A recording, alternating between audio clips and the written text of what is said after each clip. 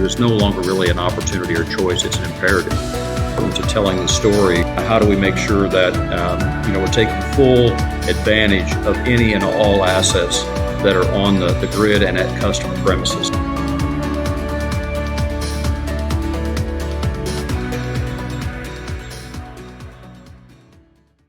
Welcome, everybody, to the EI360 podcast. My name is Sandi and I'm joined with David Swink, our CEO here at Exchange. David, this month we have had really packed full of wonderful guests and information regarding digital twins. We visited our digital operations center. We went to our energy yard, talking about connecting physical assets on the grid. We talked with Lynn and really kind of brushed the subject of interoperability. And today, David, we have an equally amazing guest. I'm so excited to hear his point of view, and I'm going to let you introduce him. Well, Sandi, thank you. And I think every week, Sandi, we probably are saying we're excited about our guests because every week it feels like we have individuals that really bring such insightful, thoughts to the subject matter, especially that we're talking about now on digital twins. And so it's been really exciting to hear the different insights. And Ted Wilmes, who's with us today, is going to share with us more insights into this world of digital twins and graph technology. And so, Ted, thank you for joining us today. It's great to have you with us. And Ted is the lead architect for the enx ei360 platform. And Ted, I before we ask you a few questions, just to kind of share some introductory comments and thoughts. A statement that I've heard, something I quote, but it's a quote I've heard, that the way we think about our past informs us what we think is possible today and in the future. And I think that is so true about organizations. I think all of us know we get stuck in paradigms in our worlds. I think as leaders, it sometimes is very difficult to even get our heads around some of the ideas such as digital twins and machine learning and artificial intelligence, graph technology, and so forth. John C. Maxwell, Ted, once wrote a book called the 21 Irrefutable Laws of Leadership. And the first law in that book was the law of the lid. And he talks about how each one of us have, basically lids in our lives. In other words, that lid being how far we can think outside the box or see into the future. And, I got to say, Ted, one of the things that has taken me probably years to learn and realize, and I should have learned it a lot sooner in my life, is that it's people like you that help people like myself and others raise our lid or to remove the lid.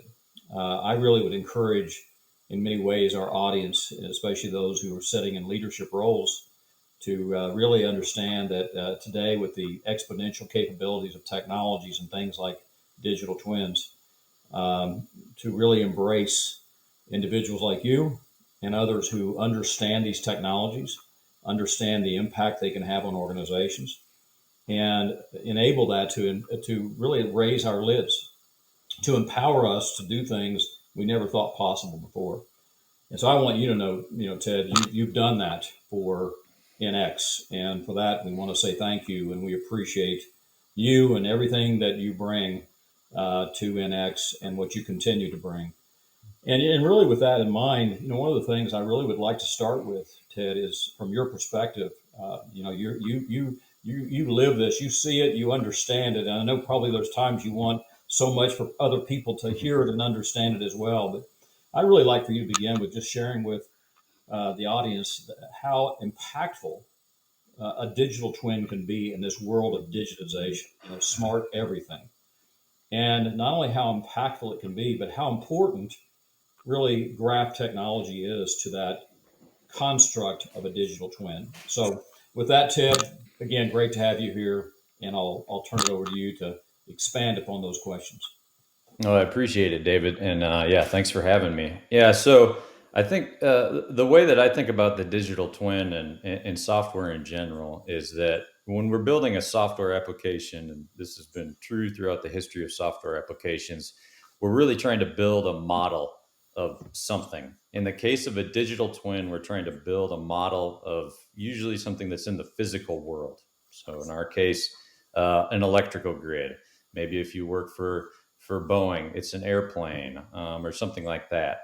And the higher fidelity that we make that model in software, the more that we can do with it. So if we can build an incredibly high fidelity model, we can use it for reporting, analytics, alerts, all sorts of different things that are incredibly important to actually operating these things in the physical world.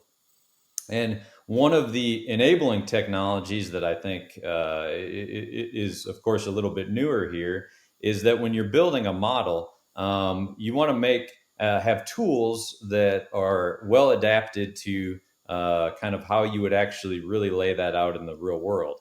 And so that's where graph databases can come into play here. So if you think about an electrical grid, if you drew it up on a whiteboard, what would you draw? You would draw a graph. You can put that same data in a relational database, of course, but in a graph database, there's less of an impedance mismatch between kind of that physical reality and how you're modeling it in the database. And so when you can marry those two things up, it really gives a lot of expressivity to the developers and the other folks that are ultimately using the system, the end users, to be able to actually inquire and search and query that model in a very natural way. So the digital twin idea is something that's, basically actually as old as software itself. It's, people were trying to replicate things in the real world, put together a bill of materials for the Saturn V rocket. That was one of the first graph databases. So it's not a new concept, but I think we're in a particular spot that's very exciting from the databases that we have access to at this point and all the other technologies. So it's really these things that we have now are quite the enabler to moving these digital twins forward.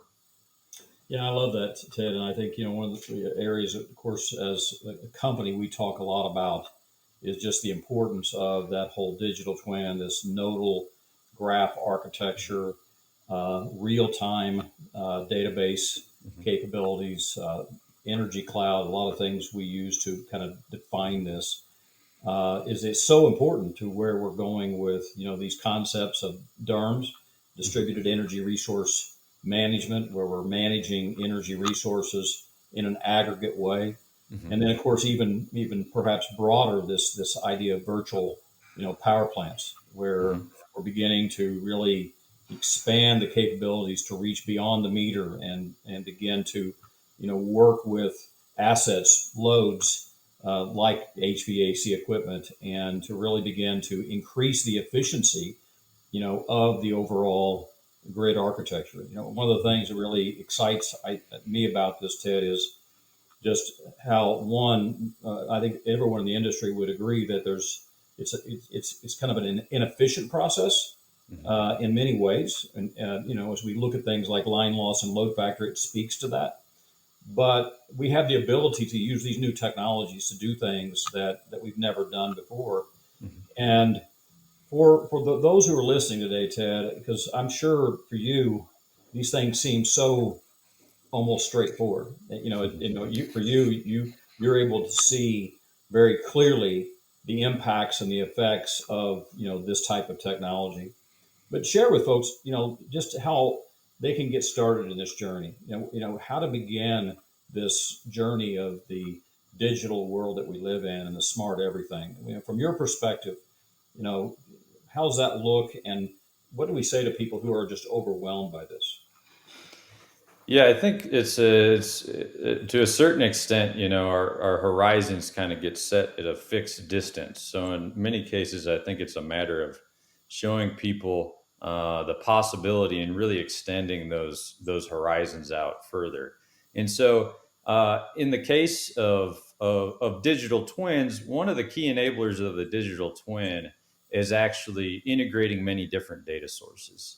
Mm-hmm. And so one thing that's helpful to do, I think, with people is if you sit down, many people in enterprises are dealing with many different siloed systems. That's not a new thing. That's been how it has been for a long time. And there's been efforts previously, data warehousing and now data lake efforts to kind of consolidate that data. And in many cases, that consolidation ends up being the heart of a digital twin, because in many cases, enterprises have a lot of data that they may need for a digital twin, but it's spread in many different places. But if you can get people together who are traditionally maybe using 5 different systems for something, or they have an outage managed system over here, they have the SCADA system over here, and start to lay out some of the possibilities and real world use cases that they'd be able to do much more efficiently if that data was consolidated within a digital twin, it's usually pretty straightforward for people to make that connection and say, oh, okay, I know I have that over here. I know I have this over here. But if we bring it together, which they may not have thought that that was even possible, potentially, if you can break that wall down and say, no, we can bring it together, then you start to really get the juices flowing, and they can start to think of all sorts of different ideas. So I think it's kind of just helping them get over that initial stumbling block that's easy to get into if you've just been kind of working in that siloed world for so many years. Yeah, that's great. That's great advice, Ted. And Ted, as I listen to you, I'm reminded that one, we are so excited as a company to have the technology that we have. This, we now have a patent on the technology, the platform as we define it, this EI360 Energy Intelligence Platform.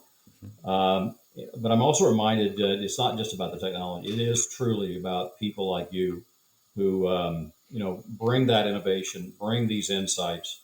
I would want those who are our current clients and those who are prospective clients to really, appreciate, as I know we do, that what makes NX really, really strong and makes us to where we have something very impactful in the market is not just, our patent technology, but people like yourself who have the ability to bring that knowledge, that understanding. And I go back to that law of the lid. You're raising the lid. Other people in our organization are raising the lid of NX, which in turn, is raising the lid for our company and for our clients we serve.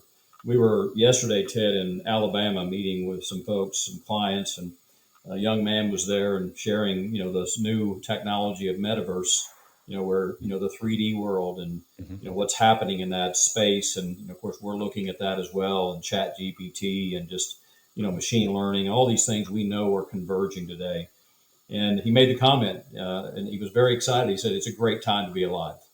And, for folks like myself and probably others that are in my same generation, they're probably saying it's a very time of anxiety because it's so fast paced and it's moving so quickly. But, when we have people like you and have other people, like Sandi here and others in our organization who bring such amazing talent, you bring tremendous inspiration to myself and I think to others.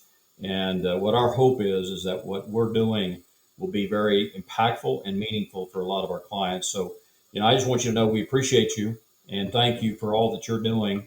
And we'll have to have you come back and continue to take a deeper dive on some of these things.